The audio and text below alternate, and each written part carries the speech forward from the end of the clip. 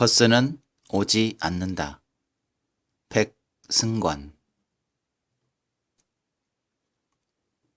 6시 30분에 자리에서 일어났다. 인사를 하고 건물을 나왔다. 퇴근길. 한 달 빠르다는 추위는 매서웠다. 녹색불을 향해 발걸음이 빨라졌다. 정지선 뒤 줄선 차량들의 헤드라이트가 횡단보도를 밝혔다. 가로수들이 별빛을 가리고 있는 보도블럭을 지났다. 왼쪽으로 꺾으면 빵과 커피를 파는 가게가 줄 세워져 있었다. 마주오는 사람들을 피해 뚜벅뚜벅 걸었다. 다시 녹색불이 보였고 금세 빨간불로 바뀌었다. 기다린 후 다시 건넜다. 은행 앞을 지났다. 마주 걸어오던 사람들 중엔 중국인들이 많았다. 관광객들이었다. 두 돌도 지나 보이지 않는 아이들이 찬바람에 맨 얼굴을 내밀고 있었다. 같은 색의 패딩을 걸친 연인과 팔짱을 낀 중년 남녀가 어깨 옆으로 지나갔다. 다시 왼쪽으로 꺾었다. 오색 불빛이 반짝거리는 간판들이 질비한 골목으로 향했다. 맥도날드와 자라, 에뛰드 하우스, 스타벅스를 지나쳤다. 생각보다 멀었구나.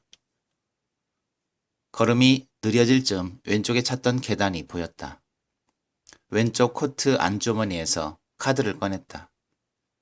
계단 끝 오른편에 2명 정도 대기할 만한 작은 창구가 있었다.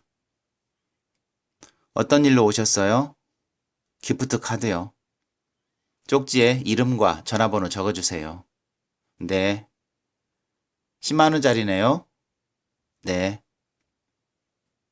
9만 7천 원을 받고 다시 코트 안주머니에 넣었다. 계단으로 내려와 잠시 멈췄다. 휴대폰을 꺼내 지도 앱을 켰다. 지금 서 있는 곳에서 대중교통으로 집에 가는 방법들이 주르륵 나왔다. 버스와 지하철을 통해 가는 방법들이 있었고 1시간 40분에서 2시간 20분가량이 걸렸다. 19개의 버스 정류장을 지날 것이냐 아니면 28개의 버스 정류장과 25개의 지하철역을 지날 것이냐 사이에서 선택해야 했다. 지금 있는 곳에서 어느 정류장에서 탈 것인가도 관건이었다.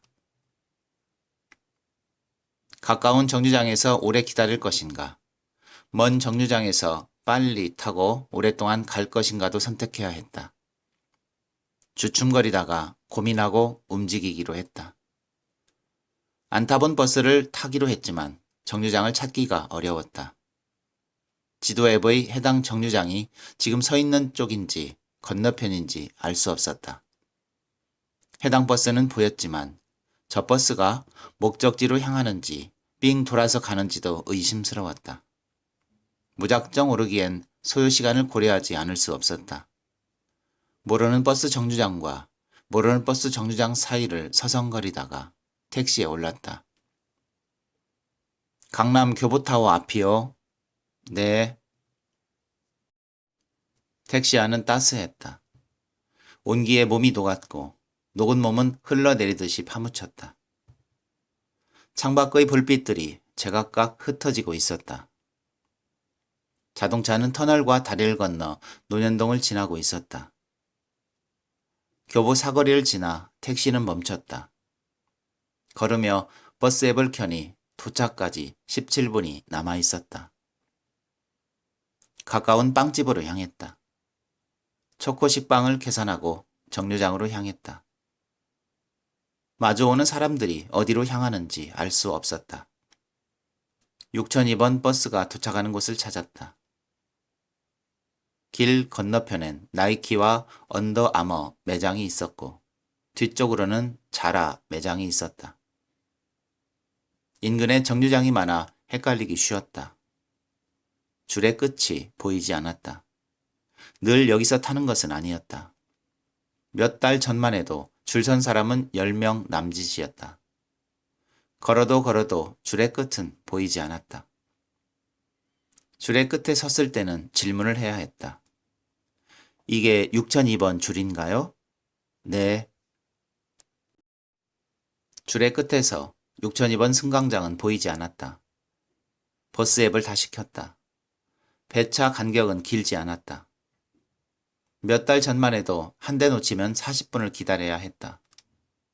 지금은 몇 달 전이 아니었고 배차 간격이 짧아졌다.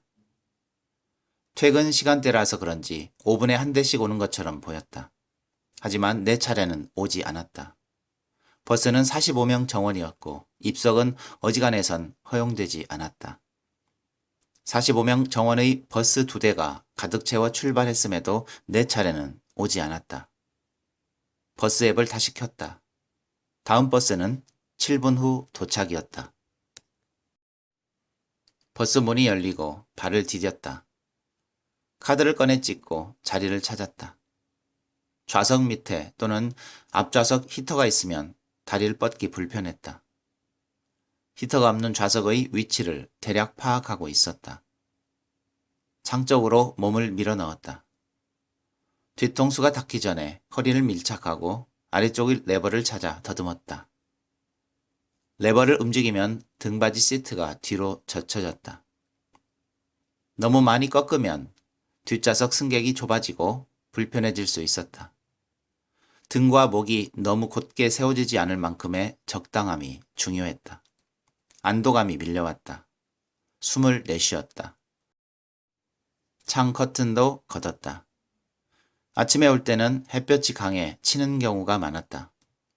커튼으로 햇볕을 가려야 눈도 안 부시고 휴대폰 화면도 제대로 보였다. 퇴근할 때는 달랐다. 커튼을 걷으면 야경이 보였다. 도시의 밤이 흩어지는 장면이 파노라마 비율로 펼쳐졌다. 오늘 서울의 마지막 이미지였다. 정류장을 지날 때마다 타는 사람들은 늘어났다. 옆자리는 늘 채워졌고 옷과 어깨가 닿을 수밖에 없었다. 양쪽 다 알고 있었고 심각하게 불편하지 않을 정도의 간격을 유지했다. 다리와 무릎이 닿아서도 안 됐고 코트 밑자락이나 점퍼가 상대의 자리로 많이 넘어가서도 안 됐다. 다음으로써 서로에게 미칠 어색함과 이물질을 견디는 것보다 조금 움츠리는 게 나았다. 상대방도 비슷하게 생각할지는 알 수 없었다. 버스는 톨게이트를 지나 고속도로를 달리고 있었다. 버스 천장의 조명이 눈부셨다. 간혹 꺼주는 기사님도 있었지만 대부분 켜고 달렸다. 눈을 감아도 불빛이 눈꺼풀을 뚫고 들어왔다. 불평할 수 없었다. 모두가 눈을 감고 있지는 않을 테니까. 하지만 휴대폰을 보고 있기엔 눈이 아팠다. 최근 들어 부쩍 건조해지는 것 같았다. 눈을 감았다. 낮고 깊게 숨을 내쉬었다. 3년이 되어가고 있었다. 하루 출퇴근 시간 평균 3시간, 일주일 평균 15시간, 한 달 20일 근무 기준 60시간, 1년 기준 720시간, 3년치를 계산하면 2160시간. 버스 안에서의 시간만을 환산한 거였다. 기다리는 시간까지 계산한다면 20% 정도 더해야 했다. 출퇴근을 위해 길 위에서 2700시간을 보냈다. 추워도 더워도 비가 와도 눈이 와도 회사에 오지 않거나 집으로 돌아가지 않는 일은 없었다. 출퇴근 시간은 집에서 멀어져 회사로 가까워지고 회사에서 멀어져 집으로 가까워지는 시간이었다. 남편과 아빠에서 직급과 호칭이 다른 직장인으로 바뀌는 시간이었다. 정체성을 갈아 끼울 시간이었고 사고의 전환이 필요한 시간이었다. 직장생활 10년을 지나는 동안 비장함은 전 같지 않았다. 멈추면 오르고 멈추면 내리고 놓치면 다음 버스를 기다렸다. 이동하는 동안 의미 있는 무언가를 할 수 있었다면 현재의 의미가 달라졌을까? 2700시간 동안 어떤 의미를 더할 수 있었을까? 지금 없는 2700시간의 의미는 뭐였을까? 달리는 버스 안에서 뭔가를 무수히 반복하여 내 것으로 체화함으로써 현재를 바꿀 수 있었을까? 음료수 거치대에 매달아 놓은 빵봉지가 흔들리고 있었다. 옆에 앉은 중년 남자의 술 냄새가 너무 독했다. 서울을 벗어나는 일은 6002번 버스를 하차함으로써 완료되는 게 아니었다. 교통체증엔 예고가 없었다. 터널 안에서도 수십 분을 갇혀있던 적이 다반사였다. 서울이라고 한자 한자 크게 적힌 전광판이 보이면 반가웠다. 톨게이트를 벗어나서 비로소 서울을 벗어난 것 같았다. 물리적 거리를 정확하게 재지 않았지만 심리적으로는 회사에서 멀어져 집으로 더 가까워지는 경계였다. 고속도로 왼편 창 쪽으로 신도시의 아파트와 인터넷 기업의 사옥이 반짝거리며 흩어지고 있었다. 버스는 왼쪽으로 빠졌다. 길은 2차선으로 좁아지고 가파르게 휘어졌다. 몸이 기울었지만 속도는 줄지 않았다. 곧이어 톨게이트가 하나 더 보였다. 동네로 들어가는 마지막 톨게이트였다. 승객들은 하나둘 휴대폰을 꺼내 비슷한 메시지를 전했다. 이제 들어왔어. 거의 다 왔어. 버스는 어둠을 뚫고 2차선을 따라 한참을 더 달렸다. 2차선 양쪽엔 새로운 아파트 단지가 틀을 잡고 있었다. 수년 동안 덤프트럭이 모래를 나르고 포크레인이 쉼없이 산을 깎고 파헤치며 찍어대던 곳이었다. 버스는 사거리에서 왼편으로 꺾어 수킬로를 더 달렸다.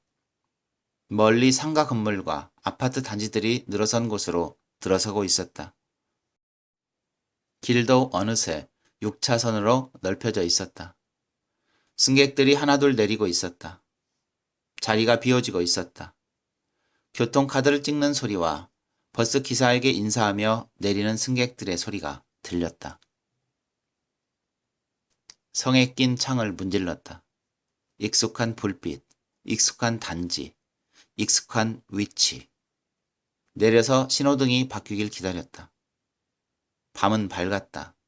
가로등 불빛은 선명했다. 지나는 차들의 전조등과 후미등이 도드라졌다. 멀리 상가의 불빛들이 소실점을 만들고 있었다. 초록불로 바뀌고 뚜벅뚜벅 건넜다. 대기 차량들의 불빛이 부셨다. 단지 입구로 들어섰고 엘리베이터 앞에 섰다. 현관문을 열자 잠금장치 신호음이 삐삐빅 울렸다. 중문 앞에 서자 우당탕탕 소리가 들렸다. 아빠! 아이의 목소리였다. 실내 복도의 양 벽과 천장을 울리고 있었다. 소리가 가까워지고 중문 앞에까지 다다랐다. 아이 얼굴이 중문 유리창에 닿았다. 8시 30분이 지나고 있었다. 7시에 알람이 울렸다. 화장실로 향했다. 불을 켜고 문을 열면 찡그린 표정이 거울에 비쳤다. 문을 열고 계단 통로로 내려갔다. 공기는 차갑고 건조했다. 버스 정류장까지는 걸어서 3분 거리였다. 이따금 뛰기도 했다. 지금은 달랐다. 출근 시간대 배차 간격은 20분 정도로 일정했지만 각 정류장 도착 시간은 그렇지 않았다. 가장 긴 줄 끝에 서면 6002번 버스를 탈 수 있었다. 빨간색과 흰색이 6대 4의 비율로 칠해져 있었다. 매일 타는 정류장은 한때 45명 정원인 6002번 버스의 첫 번째 정류장이었다. 아파트 단지별 입주 초기에는 승객이 적었다. 그때는 배차 간격도 길었다. 한 대를 놓치면 초조했다. 승객들의 주 목적지는 강남역 인근이었다. 출근하는 직장인이었고 나도 그들 중 하나였다. 달랐다면 환승을 했다는 점이다. 첫 번째 정류장에서 강남까지 가는 데는 50여 분이 걸렸다. 5개의 동네 정류장을 지나 톨게이트로 향하는 2차선을 지났다. 톨게이트를 지나면 바로 고속도로 진입이었다. 진입하기 전까지 버스는 꾸물거렸다. 길은 좁았고 정차는 잦았다. 신도시가 구색을 갖춰가며 입주자들이 늘었고 6002번 승객도 덩달아 늘어났다. 첫 번째 정류장에서 정원을 초과할 때도 빈번했다. 나머지 정류장 승객들에겐 앉아서 갈 기회가 없었다. 날씨가 추워지면서 입석 승객들도 늘어났다. 원칙상 입석은 허용되지 않았다. 하지만 버스 기사들은 오랫동안 추위에 서서 기다렸을 승객들을 그냥 지나칠 수 없었다. 버스는 계속 정차했고 중앙 통로는 입석 승객들로 가득 채워졌다. 뒤로 좀 가주세요. 정류장이 앞에 있다는 이유만으로 앉아가는 승객들은 편했지만 통로를 가득 메우며 비좁게 서 있는 승객들은 달랐다. 잠도 덜 깬 상태에서 서서 가는 사람들의 표정들이 줄지어 있었다. 버스 기사는 운전을 해야 했다. 비포장 길에선 덜컹거렸고 앞선 자동차와 간격이 안 맞으면 급브레이크도 밟아야 했다. 버스는 달려야 했다. 승객 모두에게 마음을 쏟으며 조심조심 달릴 수 없었다. 최대한 빠른 시간 안에 도착하는 것만이 가장 나은 배려였다. 서 있는 승객들은 대부분 휴대폰을 보며 중심을 잡고 있었고 앉은 승객들은 대부분 휴대폰을 보거나 모자란 잠을 청했다. 버스는 강남에 가까워지고 있었다. 옆길로 빠지고 속도가 줄면서 익숙한 풍경이 보였다. 사람들이 내리면 버스는 다시 동네로 돌아가기 위해 다음 정류장으로 출발했다. 환승을 위해 내려야 했다. 강남에서 내린 후 다음 정류장으로 걸었다. 빠른 걸음으로 5분 정도 직진 후 횡단보도를 건너면 도로 중앙에 위치한 정류장이 나왔다. 그곳에서 회사로 향하는 다음 버스를 기다렸다. 강남 한복판을 지나는 버스는 많았다. 버스 정류장에서 할 수 있는 일이라곤 버스를 기다리는 일뿐이었다. 빠르게 멈추고 신호가 바뀌면 바로 출발하는 버스의 속성상 휴대폰을 쳐다볼 여유도 없었다. 정류장은 타는 사람들과 내리는 사람들, 타려고 멀리서 달려오는 사람들과 신호가 바뀌기 전 건널목을 건너기 위해 하차하자마자 달리는 사람들로 혼잡했다. 서로의 어깨를 밀치거나 앞사람의 뒤꿈치를 밟거나 잠깐만요 라는 말과 함께 옆으로 비켜 추월하는 사람들로 틈이 없었다. 작은 공항과도 같았다. 서로 다른 지역에서 온 다양한 인종의 사람들이 각자의 목적지로 향하기 위해 기다리고 있었다. 각자의 목적지로 향하는 버스를 타고 사라졌고 정류장의 빈 자리는 금세 다음 사람들로 채워졌다. 회사로 가는 버스는 서너 대 정도 있었다. 정류장은 매우 길었는데 적당한 타이밍에 타지 않으면 눈앞을 지나가 버리기 일쑤였다. 버스를 기다릴수록 출근 시간은 더뎌지고 있었다. 학교 다닐 때처럼 일일이 체크당하거나 업무 능력 평가의 중요한 기준이 되지는 않았지만 모두가 약속한 시간으로부터 벗어난 시간에 출근한다는 일은 개인을 초조하게 만들었다. 당당한 이유가 있다면 당당하게 늦게 출근하겠지만 버스가 늦게 오르거나 길이 막혔다거나 중간에 도로에서 사고가 생겼다 등의 이유로 늦은 건 늦은 출근의 이유로 꺼내기 망설여졌다. 더 일찍 탔으면 좋았잖아 라고 닥달하는 상사와 동료는 없었지만 단체 생활의 기본 룰을 어기고 싶지 않았다. 이런 방식으로 자신을 드러내는 것은 여러모로 어색하고 꺼려졌다. 되려 정해진 시간보다 일찍 출근해서 제 시간에 빠른 걸음으로 출근하는 사람들을 보는 묘한 즐거움도 있었다. 다음 버스에 올랐다. 버스는 온통 진하고 선명한 파란색이었다. 강남에서 흔히 볼 수 있는 버스였다. 버스는 노년과 신사의 몇 개 정류장을 지나 다리를 건넜다. 주로 오른쪽 창밖의 풍경을 바라보곤 했다. 맑은 날은 멀리 보이고 흐린 날은 안개만 보였다. 물보다 하늘이 보였고 멀리 빌딩 숲과 미세먼지로 뿌옇게 보이는 구름이 뒤섞여 있었다. 여름이 끝날 무렵의 하늘은 황홀했다. 한낮에 곱게 달궈진 구름들이 캔버스 위의 거친 붓자국처럼 칠해져 있었다. 다리의 끝은 한남동이었다. 버스는 대학교 앞에서 정차했다. 20대들로 보이는 이들이 올라탔고 목적지에 걸맞는 사회인의 차림을 하고 있었다. 교실, 사무실, 어디서든 괜찮을 듯한 스타일이었다. 아저씨들은 아저씨 차림을 하고 있었다. 동네에 따라 할머니들의 스타일은 달랐다. 하지만 동네를 막론하고 아저씨는 아저씨의 차림을 하고 있었다. 술 취한 20대들도 있었다.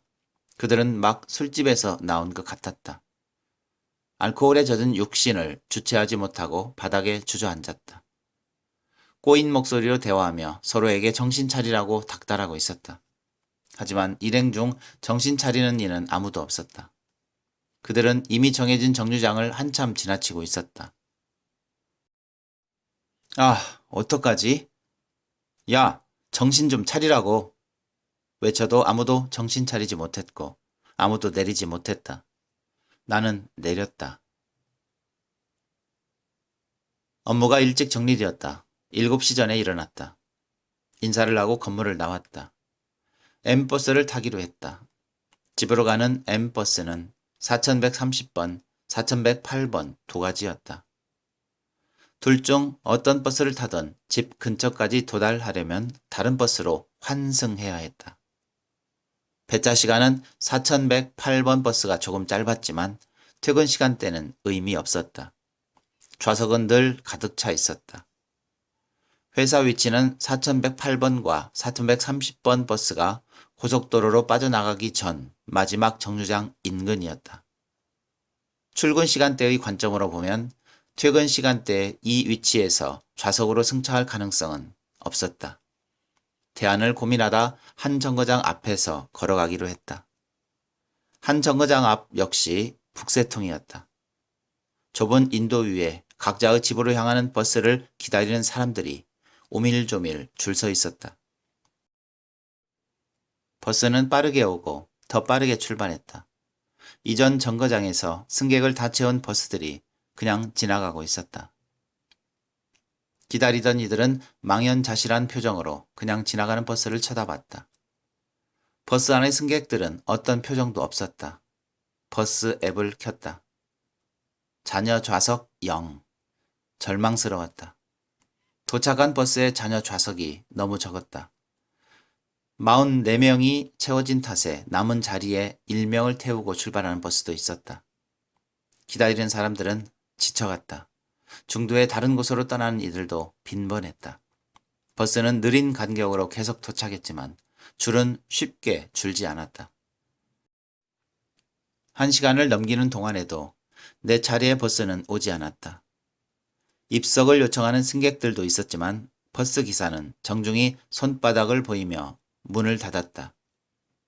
다음 버스는 20분도 더 지나야 도착했다. 4108번, 4130번 버스 둘 다 사정은 마찬가지였다. 기다리는 시간이 1시간을 넘는 날이 늘어나고 있었다. 저녁은 밤이 되었고 집에 도착하면 녹초가 되었다. 대안이 필요했다. 반대 방향으로 타기로 했다. 반환점을 도는 시간을 할애해서라도 일단 승차하겠다는 계산이었다. 원래 방향보다 30분 정도 더 소요되었다. 순수 이동 시간만으로 쟀을 때 빠르면 1시간 남짓하던 퇴근 시간은 자연스럽게 2시간을 넘겼다. 비 오는 날은 더했다. 터널 안에 30분 이상 갇혀 있거나 고속도로로 빠져나오는 데에만 1시간이 더 걸리는 적도 있었다. 7시에 회사에서 나와도 9시가 넘어야 집에 도착하는 일이 허다했다. 택시로 40분 정도 걸리던 퇴근은 2번의 버스 탑승으로 갔을 때 2시간 40분까지 걸리기도 했다. 집은 멀었다. 아니, 회사가 멀었다. 출근할 때는 회사가 멀었고 퇴근할 때는 집이 멀었다. 하염없이 먼 집이라도 도착해야만 했다. 집에 가야만 하는 당일은 중요하지 않았다. 집은 원래 그런 곳이었다. 도착하는 곳, 마지막 목적지, 도착해야만 하는 곳. 내가 버스를 기다리는 동안 집은 나를 기다리고 있었다. 집은 최종 목적지이자 퇴근의 모든 이유였다. 출근의 모든 이유이기도 했다. 집은 건물이 아니었다. 건물로만 기능했다면 침낭과 텐트를 구입해 회사 건물 지하에서 숙식해도 상관없었다. 월급을 모아 회사 옆에 거처를 구해도 그만이었다. 하지만 집은 그런 게 아니었다. 하찮은 내 몸 하나 먹이고 누일 곳이 아니었다. 집에는 나의 사람들이 있었다. 나의 아내와 우리의 아이가 기다리고 있었다. 내가 집으로 향하는 버스를 기다리는 동안 그들은 나만 기다리고 있었다. 나는 늘 원점으로 향했고 집에 도착했을 때 비로소 모든 긴장을 내려놓고 안도할 수 있었다. 내 사람들을 품에 안고 뺨을 부비고 입을 맞추며 몸을 녹이고 더운 음식을 삼킬 수 있었다. 집은 지금껏 내가 이룬 모든 것의 상징과 다름없었다. 내 사람들이 거하고 그동안 산 책과 음반, TV와 블루투스 스피커가 놓여 있었다. 완전히 누워도 자리가 남는 길고 폭신한 소파가 있었다. 오래된 냉장고에는 남은 오렌지 주스와 우유와 캔 콜라가 있었다. 몇 주 전 구입한 커피 머신 옆엔 다양한 색의 커피 캡슐이 투명한 박스에 담겨 있었다. 식탁 오른편의 수납 공간에는 늘 빵이 있었다. 세탁실을 열면 정면에 세탁기가 있었고 앞에 빨래 바구니가 있었고 위에 선반이 있었다. 선반 위에는 컵라면과 과자가 있었다. 바닥에는 바나나 송이와 귤과 박스에 담긴 감이 있었다. 아내는 인터넷으로 며칠에 한 번꼴로 장을 받고 세탁실과 냉장고는 늘 간식과 과일과 음료수로 넘쳤다. 회사는 그렇지 않았고 집은 그랬다. 집은 풍요로움과 온기가 넘치는 공간이었고 회사는 긴장과 피로와 한기가 서린 공간이었다. 집에 도착해 배를 채우고 몸을 씻고 아이를 재우면 10시에서 11시쯤이 되었다. 아이의 장난감과 물통을 정리했다. 그제서야 하루의 막을 내릴 수 있었다. 과자나 과일을 꺼내거나 오렌지 주스나 맥주를 꺼냈다. TV를 켰다. 영화를 한 편 다 보기도 했지만 중간에 눈이 감기면 바로 끄고 침대 위로 몸을 옮겼다. 왕복 4시간의 출퇴근을 마치면 집에서 주어지는 온전히 쉬는 시간은 2시간이 채 되지 않았다. 이따금 억울하게 느껴질 때도 있었다. 회사에서 막 나온 파릇한 기분이 집에 도착하고 나면 시들어 버릴 때가 많았다. 긍정이든 부정이든 회사에서 묻은 기운은 집에 도착할 즈음이면 완전히 제거되어 있었다. 2시간의 이동 시간은 집과 회사의 구분을 명확하게 해주었다. 남은 업무를 가져와 새벽까지 처리하거나 따로 시간을 내 주말 업무를 하는 적도 있었지만 집과 회사는 비현실과 현실처럼 서로에게 자리를 내주지 않았다. 서린 기운을 안고 집 현관문을 여는 순간부터 다른 세계가 시작되고 있었다. 여기에 도달하기 위해 그 먼 길을 왔구나. 아이가 쿵쿵쿵 작은 발로 달려오고 온기가 온몸을 감싸고 거의 모든 물건들의 위치를 알고 있는 곳. 긴장과 불안을 털어내고 온전히 나로 돌아갈 수 있는 곳. 먼지를 씻어내고 포근하고 부드러운 소재의 옷으로 갈아입는 곳. 사랑하는 사람들이 기다리는 곳. 살아있게 하고 살아가게 하는 곳. 여기를 여기답게 유지하기 위해서 잠들어야 했다. 다시 일어나야 했다. 다시 눈곱을 떼고 머리를 감고 얼굴과 손에 비누칠을 하고 두터운 옷을 입고 밖으로 나서야 했다. 모든 잠이 달콤하지 않았고 눈 떠야 하는 모든 아침이 가볍지 않았으며 통증에 부들부들 떨어야 했을 때도 문을 열고 나가 버스를 기다려야 했다. 비가 와도 눈이 와도 버스가 갑자기 늦게 오는 경우가 생기더라도 기다려야 했다. 버스를 타야 집을 지킬 수 있었다. 집을 지켜야 나와 우리를 지킬 수 있었고 나와 우리를 지켜야 내가 왜 살아있는지 내게 증명할 수 있었다. 매일 아침 버스를 타고 회사를 향하는 일은 매일 밤 버스를 타고 집으로 돌아오는 일은 기꺼이 거대한 톱니바퀴 안에 몸을 내던지는 일이었다. 바퀴 사이사이에서 몸의 일부가 으깨지는 경우가 생기더라도 요란스럽지 않게 견뎌야 하는 일이었다. 견디고 나면 다시 집으로 들어올 수 있었다. 쿵쿵쿵 작은 발로 달려오는 아이를 안고 지친 표정의 내 사랑에게 선물을 안겨줄 수 있었다. 나를 옮기고 옮김으로써 나는 집의 일부로 기능할 수 있었다. 알람이 울렸다. 꿈에서 깼다. 머리맡을 뒤적거렸다. 7시. 몸을 일으켰다. 커튼이 두텁게 쳐진 집안은 어두웠다. 아이와 아내는 거실에서 잠들어 있었다. 살금살금 욕실로 향했다.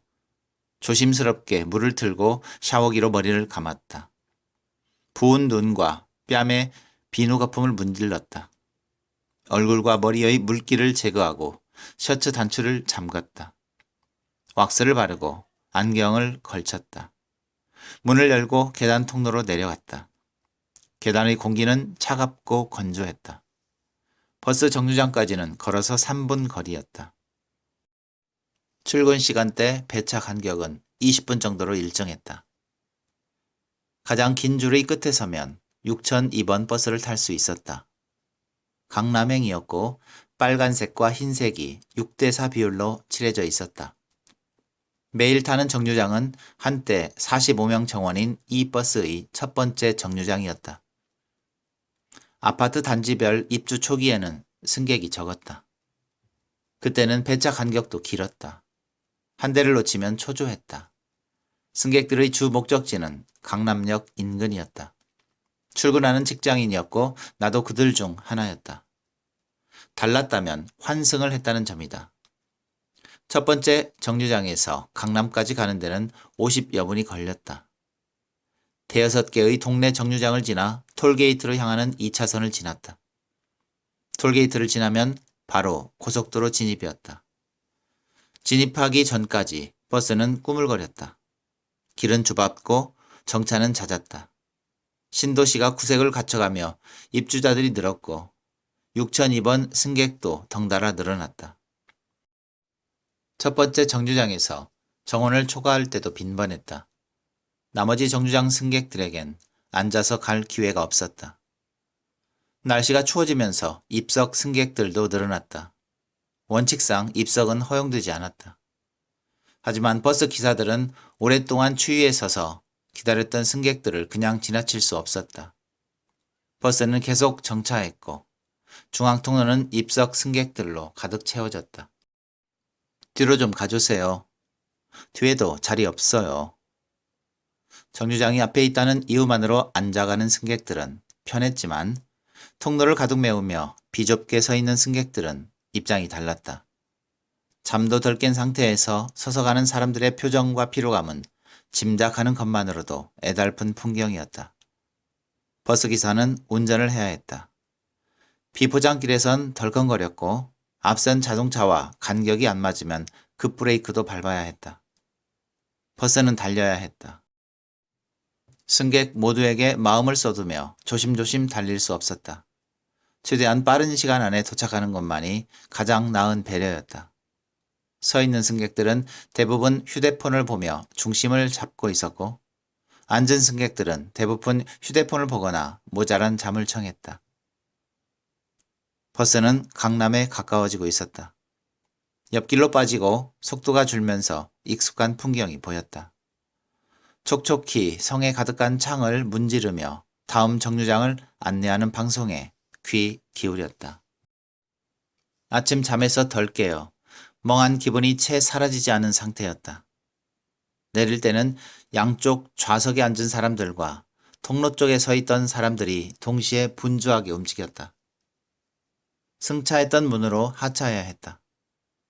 교통카드를 태그하며 나는 소리가 삑삑 일정하게 울렸다. 가방과 지갑, 휴대폰을 떨어뜨리는 소리가 여기저기서 들리기도 했다. 버스 밖은 추웠다. 다음 정거장으로 또박또박 걸어갔다.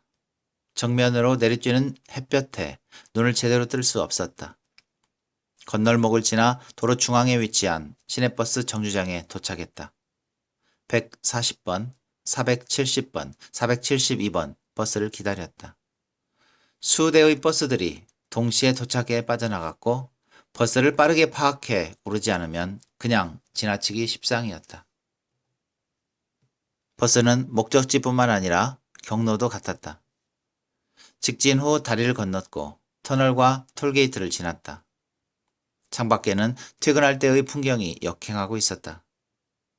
눈, 비가 많이 내리는 날에는 시간이 더 길어지기도 했다. 시야가 가려진 상태와 크고 작은 차량들이 자기 차선을 찾으려고 머리를 들이밀었다. 급정거를 하는 위험천만한 순간도 있었다. 버스 안의 승객들이 동시에 앞으로 쏠렸다가 뒤로 밀리며 돌아왔다.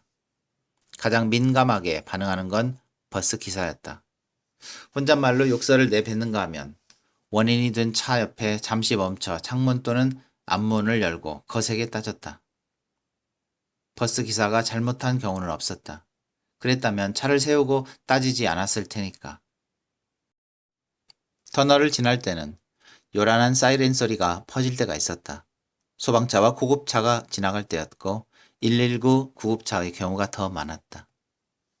그럴 때면 도로 위의 거의 모든 차량이 바깥쪽으로 조금씩 이동하며 중앙의 자리를 내주었다. 119 구급차는 빠르게 그 사이를 헤쳐 지나갔고 간혹 뒤를 퀵을 보내는 오토바이나 택시가 따라가는 경우도 있었다. 구급차의 목적지는 알 수 없었다. 누구를 태우고 어디가 위급한지 파악할 길 없었다. 당장 급한 건 출근이었고 버스는 회사 근처 정류장에 도착했다. 지겹고 피곤했다. 이사할수록 이직할수록 출퇴근 거리는 길어지고 시간은 늘어갔다. 6002번 버스는 정점이었다. 버스는 죄가 없었다. 현재 거주지와 직장을 선택한 것은 나였다. 이런 사실 확인이 출퇴근의 피로감을 줄여주지는 못했다. 장시간 출퇴근은 어지럼증을 불렀다. 집에 도착했을 때 긴장이 희미하게 풀어질 무렵 공간이 흔들렸다.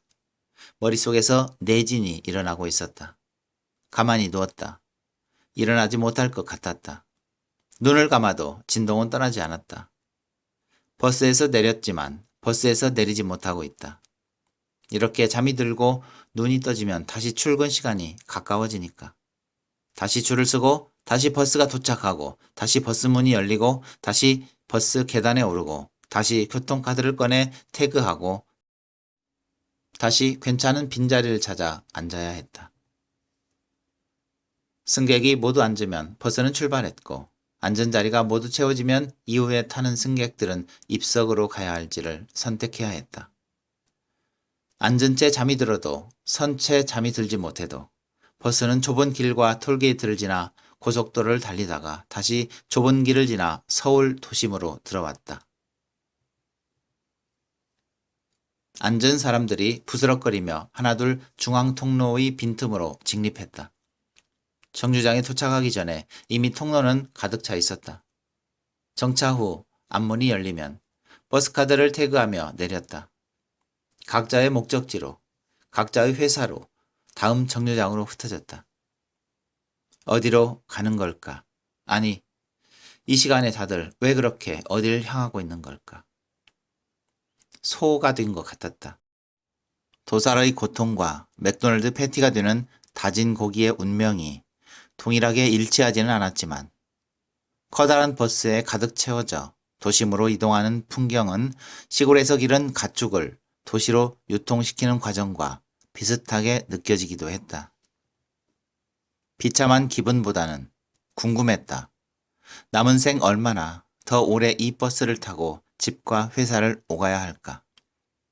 회사를 가까운 곳으로 옮기면 나아질까? 배차 간격이 짧아지면 나아질까? 나아진다고 해서 버스를 타는 일이 즐거워질까? 창밖의 풍경이 달라지면 생이 다른 프레임으로 다가올까? 몇 개의 회의를 마치고 몇 개의 메일과 함께 파일을 전송하고 노트북을 덮었다. 7시 조금 지나 일어났다. 조용히 인사를 하고 건물을 나왔다. 집으로 가는 버스는 두 가지였다. 둘 중 어떤 버스를 타던 집 근처까지 도달하려면 다른 버스로 환승해야 했다.